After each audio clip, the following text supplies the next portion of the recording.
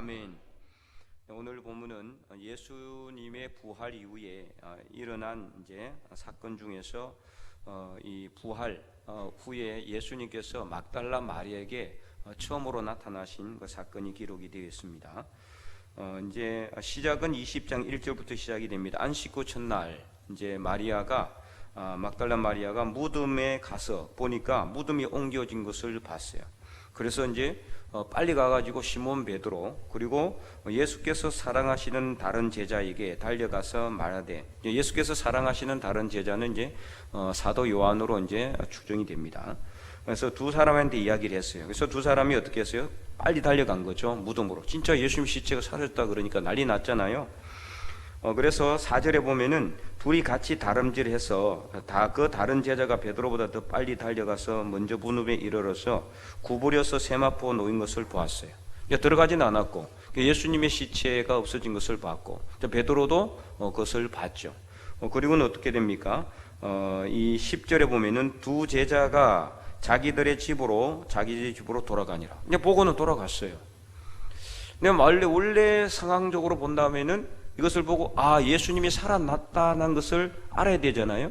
예수님께서 생전에 십자가에 못 박혀 돌아가실 것과 3일 만에 부활하실 것을 여러 번 말씀하셨거든. 제자들에게 한 번만 이야기한 게 아니라 여러 번 반복해서 그들에게 말씀하시고 교육을 했는데도 불구하고 제자들은 베드로와 요한은 어떻게 보면은 예수님의 가장 아끼는 두 제자 아닙니까? 그런데도 불구하고 전혀 예수님의 부활을 인지하지도 못하고 깨닫지도 못했다. 그래서 이제 19절에 보면은 이 사도 요한이 자기를 이제 어떻게 보면은 평가하는 내용이죠. 자기를 나중에 알았잖아요, 그죠? 자기를 평가하는 내용이, 그들은 가로쳐 있는 부분은 사도 요한의 생각입니다. 사도 요한의 생각. 그들은 성경에 그가 죽은 자 가운데서 다시 살아나야 하리라 하신 말씀을 아직 알지 못하더라. 그래서 사도 요한의 생각일 수도 있고, 혹은 이제 나중에 이 성경을 편집한 편집자의 이제 각주일 수도 있어요. 가로가 되어 있기 때문에. 어쨌든 간에 이제 알지 못했다. 그러니까 부활 사실을 갖다가 전혀 인지하지 못했다는 거죠. 이때까지도 예수님이 살아날 거라고는 생각하지 못했던 것 같아요. 계속 이야기는 했고 들었고, 그래서 그때는 알겠습니다 했는데 실제로 예수님이 살아날 것이라고 생각하지는 않았던 거죠. 죽은 사람이 살아난다는 것은 그야말로 기적이죠. 기적 중에 기적 아닙니까? 잠시 죽었다가 이렇게 호흡이 끊어졌다가 이제 다시 호흡이 정상적으로 돌아오는 어떤 잠시 동안 이렇게 정신을 잃었다가 이렇게 정신을 차린 그런 게 아니라 생물학적으로 완전히 죽었다가 살아나는 거, 이거는 절대로 있을 수가 없는 일이다 보니까 아마 제자들도 믿지를 못했던 것 같습니다. 이게 부활 후에 예수님의 부활을 믿지 못한 사건은 여러분 이제 사복음서에 보면은 곳곳에 이렇게 일어나고 있잖아요. 그래서 어쨌든 간에 이 제자들은 이제 돌아가고요. 두 사람은 돌아가고 11절 마리아는 여전히 무덤 밖에 서서 울고 있었어요. 울면서 무덤 안을 계속해서 연신 들여다보고 있는 거죠. 이제 계속 미련이 생기는 거죠. 우리 주님의 시체가 어디 갔을까? 혹시 옆에 이제 있지는 않을까? 그런 어떤 이렇게 생각 때문에 마리아는 울면서 무덤 안을 계속해서 들여다보고 있는 그런 상황에 13절에 천사들이 이르되, 이제 천사 두 명의 천사가 이제 나타난 거죠. 그래서 두 천사가 이르되 여자여 어찌하여 우느냐 이렇게 이제 마리아에게 묻죠. 그러자 마리아는 사람들이 내 주님을 옮겨다가 어디 두는지 내가 알지 못하니 그것 때문에 내가 울고 있다, 이 내용이죠. 그리고는 14절에 이 말을 하고 뒤로 돌이켜 봤는데 누가 서 있는 거죠. 실제는 누구예요? 예수님이. 근데 마리아는 누구인 줄 알았다? 동산지기인 줄 알았다. 동산지기인 줄 알고, 그래서 예수님을 전혀 인지하지 못하고 보고 있으면서도 예수님을 깨닫지 못하는 이 마리아의 모습이 오늘 우리가 정말 예수님을 실제로 우리가 우리 삶 속에 모시고 있고 우리 삶 속에 예수님이 살아있는 것을 알면서도 예수님을 보지 못하는 우리의 모습을 이렇게 나타낸다고 볼 수도 있습니다. 얼마든지 우리는 예수님을 만날 수도 있고 우리 예수님을 볼 수도 있음에도 불구하고 보고 있는 예수님을 모르고 있는 그런 믿음 없는 현대 그리스도인들의 삶의 모습을 정확하게 오늘 본문은 우리에게 이게 명시하고 있다는 것을 알 수가 있는 거죠. 그래서 이 상황까지 보면 어떻습니까? 어쨌든 마리아는 참 어떻게 보면은 마리아는 그렇고 뭐 이렇게 제자들도 답답하죠. 예수님 봤을 때는 그렇지 않겠습니까? 그런데도 불구하고 예수님은 마리아를 더 이상 책망하진 않습니다. 자, 그래서 15절에 예수께서 이러시되 뭐라고 합니까? 여자여 어찌하여 울며 누구를 찾느냐? 이제 여기서 여자여라는 것은 어떻게 보면은 뭐 여성의 존칭은 아니고요, 일반 여인을 가리키는 그런 이제 명사라고 볼 수가 있습니다. 그래서 이 여자여, 그 막달라 마리아 이름을 부르지 않았어요 처음에는, 그죠? 울고 있는 마리아에게 여자여 어찌하며 울느냐, 왜 울고 있느냐, 이 말씀은 어떻게 보면은 이제 한편으로는 책망이라고 볼 수도 있고 한편으로는 위로일 수도 있고 한편으로는 마리아에게 주님을 알아보도록 하는 예수님의 초청의 음성일 수도 있는 거죠. 책망이라고 한다면은 지금 어떤 상태입니까? 마리아가 예수님을 직접 보고도 예수님을 깨닫지 못하고 예수님께서 부활하실 것을 여러 번 말씀했는데도 불구하고 그것을 인지하지도 못하고 믿지도 못하고 죽은 시체를 찾고 있는 마리아를 예수님께서는 책망하고 있다고 볼 수가 있어요. 지금 마리아가 찾고 있는 건 뭡니까? 죽은 예수님의 시체입니다. 자, 시체는 어떻습니까? 시신은 힘이 있어요? 시신은 아무 힘이 없어요. 말도 못해요? 그렇잖아요. 시신은 그야말로 죽은 그 상태입니다. 죽은 상태. 그 시체를 찾아서 뭐 하겠습니까? 근데 오늘 우리는 혹시라도 믿음의 삶을 살면서 시신을 찾고 있는 이 마리아 같이 아무 힘도 없고 능력도 없는 그런 것을 우리가 의지하고 있지는 않는가, 이것을 생각해 봐야 된다는 거죠. 지금 마리아는 죽은 시신을 찾고 있어요. 죽은 예수님을 찾고 있다는 거죠. 원래는 어떻게 해야 됩니까? 부활하신 예수님을 찾아야 되는 거죠. 부활하신 예수님, 살아계신 예수님을 찾아야 되는데 죽은 예수님의 시체를 찾고 있다는 거죠. 그래서 이 마리아가 뭐라고 합니까? 그가 동산직인 줄 알고 계속해서 이제 이 동산직인 줄 알고 예수님에게 제발 시체를 어디다 옮겼으면은 말해달라. 내가 그 시체를 가져가겠다. 즉 새로 장사 지내겠다라는 뜻이죠. 뭐 어쨌든 간에 이 제자들에 비하면은 훨씬 이 마리아가 더 담대하고 또 더 의리가 있다라고 볼 수가 있죠. 하지만 여전히 어떻습니까? 시체를 찾아가서 매장을 한다고 한들 이 상황 같다면은 과연 예수님이 살아날 수가 있습니까? 시체면은 살아날 수가 없는 거죠. 그 시체는 아무 의미가 없는 거예요. 시체는 힘도 없고 능력도 없어요. 이런 마리아에게 예수님께서 하신 말씀이 뭡니까? 16절에 예수께서 뭐라고 부르십니까? 16절 마리아야 이렇게 부르시는 거죠.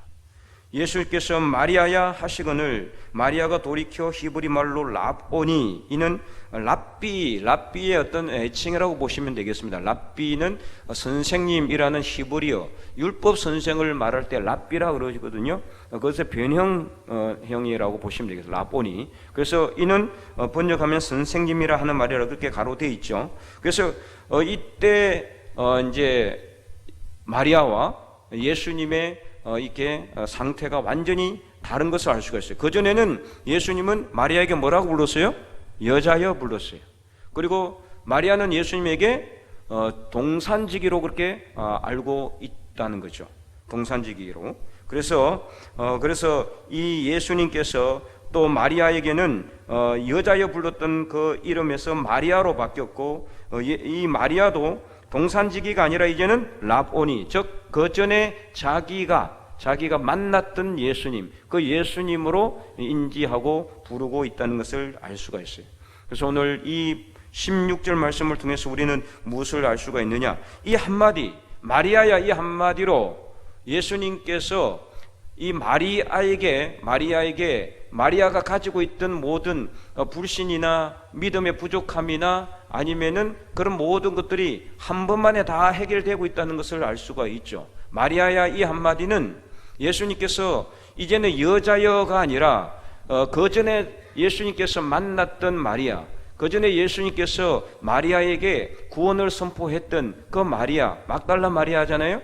예수님에게 이 항유 옥합을 깨뜨려서 머리털로 예수님의 발을 씻고 예수님에게 자기가 가지고 있는 가장 귀한 것을 드렸던 그 막달라 마리아.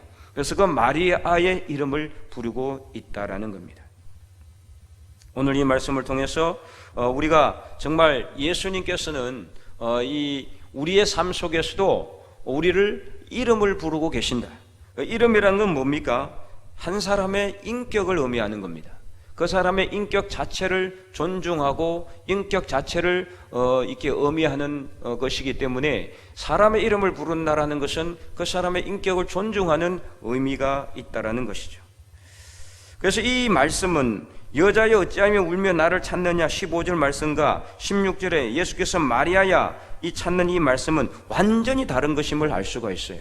15절에 여자야 어찌하여 나를 찾느냐 어찌하며 울며 누구를 찾느냐 이 말씀은 책망의 말씀일지 모르지만 마리아야 이 말씀은 책망의 말씀이 아니라 예수님의 사랑의 음성이라는 것을 알 수가 있다는 거죠. 그래서 여자야 이 부르는 이 말씀은 예수님께서 내가 살아났는데도 불구하고 나를 알지도 못하고 믿지도 못하고 죽은 시체만 찾고 있는 답답한 마리아에게 현실을 보고 믿음을 가지라는 예수님의 이 말씀이기도 한 거죠. 마리아라 이 말은 이 마리아에게 너는 이제 살아난 예수 그리스도 나를 바라보라는 예수님의 사랑의 음성이라는 것입니다. 그래서 그 이름을 불러줌으로 예수님은 이런 모든 것을 통해서 이제는 마리아에게 부활하신 예수님만 바라볼 수 있도록 인도하고 있다는 것을 알 수가 있어요. 오늘 우리도 마리아처럼 부족한 사람들입니다. 그렇지만 실망할 필요는 없어요. 왜 그렇습니까? 주님께서는 마리아의 이름을 불러준 것처럼 오늘 우리도 우리의 이름을 불러주시는 예수님의 음성을 들을 수가 있어야 한다는 것이죠. 예수님께서 마리아야 불렀을 때 마리아가 그 음성을 들었던 것처럼 오늘 우리도 예수님께서 우리의 이름을 부를 때 우리 이름을 부르시는 예수님의 음성을 들을 수 있어야 한다는 겁니다. 그 예수님의 음성을 들을 때 우리는 예수님을 진실로 랍오니 우리를 사랑하시고 우리를 구원하시는 하나님의 아들 독생자 예수 그리스도로 인정하고 예수 그리스도를 바라볼 수가 있다는 거죠. 죽은 시체를 찾는 것이 아니라 살아나신 예수 그리스도를 찾아야 한다는 것을 오늘 본문은 우리에게 교훈하고 있습니다. 여러분 어떻습니까? 우리가 힘들고 어려운 삶을 살아갈 때 혹시라도 여러분은 힘도 없고 아무 능력도 없는 그런 사람을 의지하고 있지는 않습니까? 살아나신 부활하신 예수 그리스도를 의지해야 되는데 살아나신 예수 그리스도, 부활하신 예수 그리스도, 능력의 예수 그리스도의 이름을 우리가 예수 그리스도를 바라보는 것이 아니라 아무 힘도 없고 능력도 없는 다른 사람들의 힘이나 다른 어떤 것을 의지하고 있지는 않습니까? 오늘 이 예수님께서 여자여 불렀던 것에서 마리아라고 불렀던 이 상황을 생각할 때 하나님은 오늘도 우리를 이 땅에서 우리의 이름을 부르면서 우리를 하나님의 사람으로 세워주신다는 것을 알아야 합니다. 사울이 다메섹 도상에서 부활하신 예수님을 만났을 때 예수님께서는 어떻게 했습니까? 사울아 사울아 두 번이나 그의 이름을 불렀어요. 그 이름을 불러주었을 때 사울은 변하여 새 사람이 되고 사울이 바울이 됐을 때 놀라운 복음의 역사가 일어나게 됩니다. 사도 바울을 통해서 아시아가 복음이 되고 복음으로 유럽이 정복이 되는 놀라운 역사가 일어나게 된 것입니다. 그래서 우리가 다음에 이게 성지순례를 가게 되는데 아시아 지역을 가게 되거든요. 그 아시아 지역은 지금의 튀르키예입니다. 그 지역을 복음화하고 그리고는 성령의 인도하심을 따라 유럽의 첫 성인 빌립보로 가게 되는데 그것이 바로 그리스 땅입니다. 그래서 거기서 그쪽을 복음을 하고 복음을 전하고 이 유럽이 전도가 되었을 때 유럽을 통해서 온 세상에 복음이 흘러 들어가게 되는 놀라운 역사가 일어나게 되었다라는 것입니다.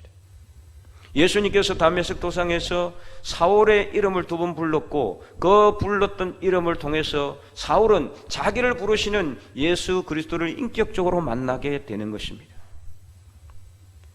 이처럼 한 사람의 이름이 불려지게 된다라는 것은 하나님께서 그 사람의 모든 삶의 모습을 다 아시고 그 사람의 앞으로 일어날 일들까지도 다 계획하고 계시고 그 사람을 부르신다는 것을 알 수 있어야 된다라는 거죠.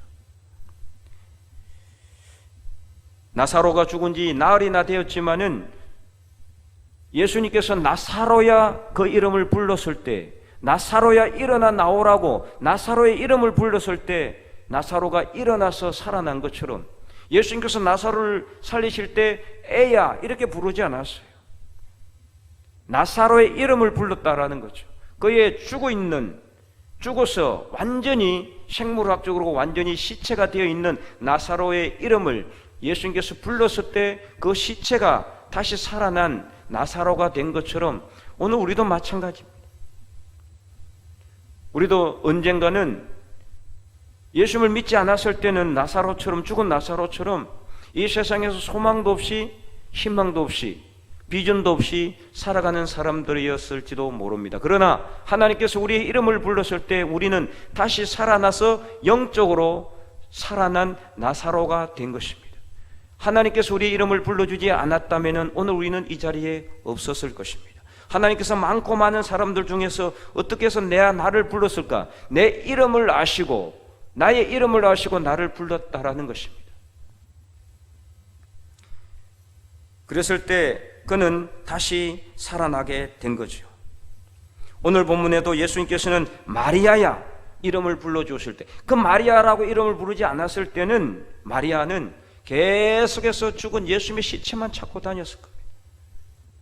아무 힘도 없는, 물론 예수님은 살아났지만은 만약에 그렇지 않다면은 죽어 있는 시체가 무슨 힘이 있고 능력이 있겠어요? 그 죽은 시체만 찾아다니고 있던 마리아가 예수님께서 마리아의 이름을 불러주었을 때 마리아는 영적인 눈이 뜨이게 된 것입니다. 그의 영적인 눈이 뜨이고 영적인 귀가 열렸을 때 그는 예수님을 알아보고 랍오니라고 예수님을 다시 부르게 된 것입니다. 창세기 3장에도 보면은 하나님께서 불순종해서 숨어있던 동산나무 그늘 사이에 숨어서 죄책감으로 인해서 두려워서 떨고 있던 그 아담과 하와에게 하나님께서 어떻게 하셨어요? 하나님께서 아담의 이름을 불렀다라고 분명히 말씀하고 있어요. 물론 성경에는 아담아 이렇게 하지는 않았지만 분명히 아담의 이름을 불렀다라고 말씀하고 있죠. 그래서 창세기 3장 9절 한번 볼까요?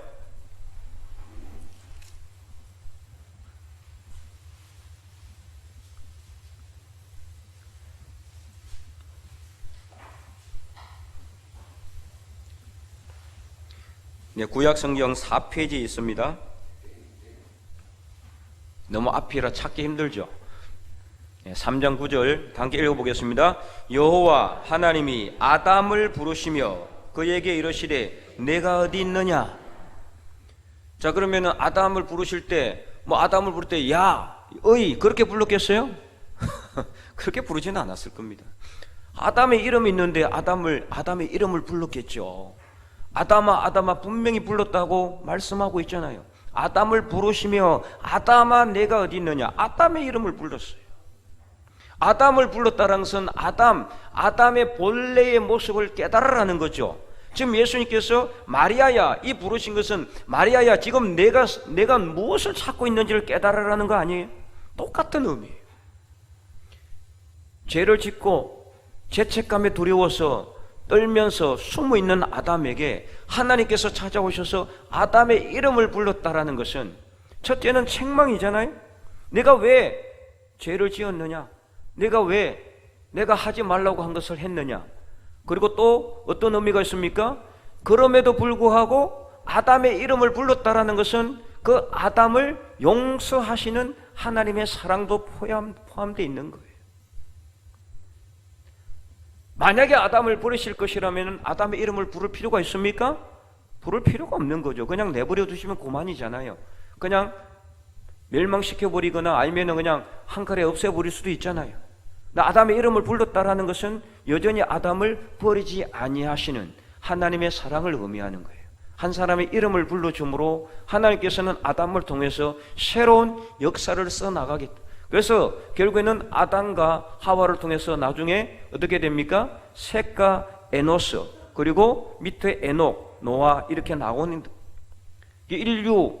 인류의 어떤 구속의 역사가 계속해서 이 아담을 통해서 이어지게 되는 겁니다.